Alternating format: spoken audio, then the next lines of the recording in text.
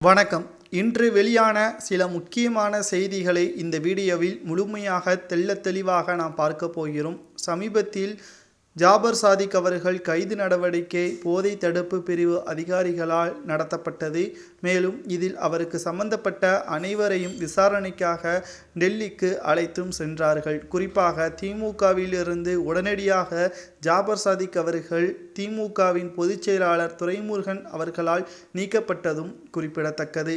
மேலும் ஜாபர் சாதிக் அவர்களுக்கும் யாருக்கெல்லாம் தொடர்பு இருக்கிறது என்பதை விசாரிப்பதற்காக டெல்லி போலீஸ் காவல்துறை அதிகாரிகளும் அமலாக்கத்துறை அதிகாரிகளும் மட்டுமல்லாமல் என்சிபி அதிகாரிகளும் விசாரணையை தொடங்கினர்.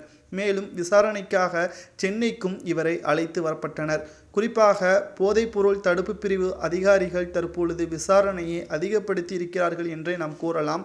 மேலும் ஜாபர் சாதிக் அவர்கள் போதை மருந்து கடத்தலை 3 ஆண்டுகள் தான் வெளிநாடுகளில் செய்ததாகவும் அதற்கு முன்பாக இந்தியா முழுவதும் தான் போதைப் பொருளை கடத்தி வந்ததாகவும் வாக்குமூலம் கொடுத்தார்.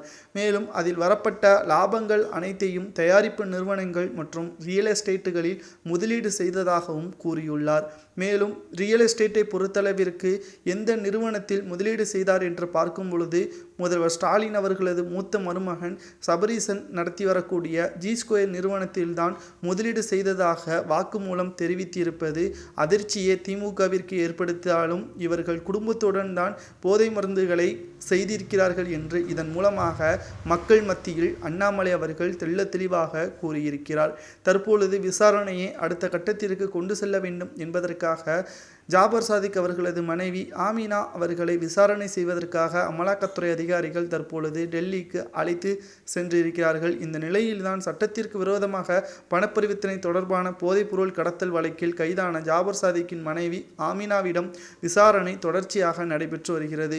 மேலும் கடந்த வாரம் சென்னை சாந்தமையில் இருக்கும் ஜாபர் சாதிக்கின் வீடு உள்ளிட்ட 25 இடங்களில் அமலாக்கத்துறை அதிகாரிகள் சோதனைகள் நடத்தியதும் குறிப்பிடத்தக்கது.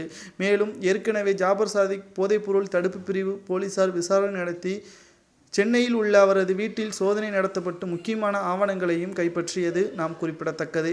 இந்த சூழ்நிலையில்தான் இதில் வேறு யாருக்காவது சம்பந்தம் இருக்கிறதா, மேலும் யாருக்கெல்லாம் இதில் தொடர்பு இருக்கிறது என்ற விசாரணையை அதிகப்படுத்துவதற்காக அவரது மனைவி ஆமினா அவர்களை தற்பொழுது டெல்லிக்கு அழைத்து சென்றிருக்கிறார்கள். பொறுத்திருந்து பார்க்கலாம் இதில் யாரெல்லாம் சிக்குகிறார். மேலும் செந்தில் பாலாஜி அவர்களைப் போல் அமலாக்கத்துறை அதிகாரிகள் பிடியில் இருக்கக்கூடிய ஜாபர் சாதிக் அவர்கள் சட்டத்திற்கு விரோதமாக பணப்பரிவர்த்தனை செய்யக்கூடிய நிலையில் இதில் திமுகவின் முக்கியமான அமைச்சர்களுக்கும் தொடர்பு இருக்கிறதா என்பதை வாக்குமூலமாக கொடுக்கிறாரா என்று நாம் பொறுமையாக இருந்து பார்க்கலாம். அதுவரை நமது சேனலுக்கு மறக்காம உங்களது ஆதரவுகளை தாருங்கள். நன்றி, வணக்கம்.